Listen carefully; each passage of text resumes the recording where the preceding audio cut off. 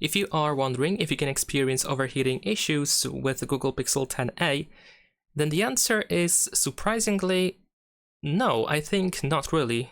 Which it is surprising because the phone is pretty much exactly the same as Google Pixel 9a, and 9a had the issue with the temperature. It was actually overheating.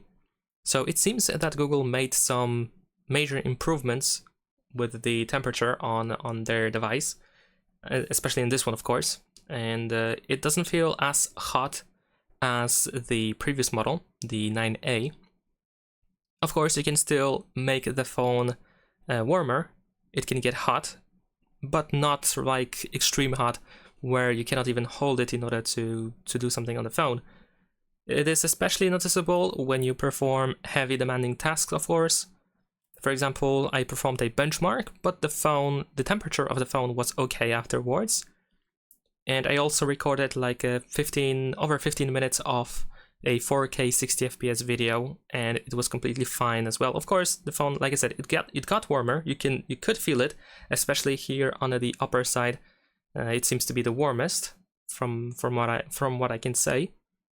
But I didn't experience any issues with the phone. There was no message that the phone was overheating.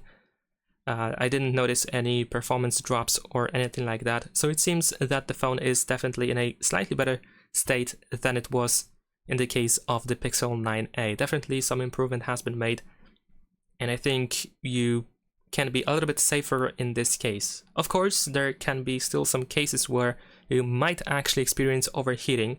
It's just me personally, my personal experience, of course.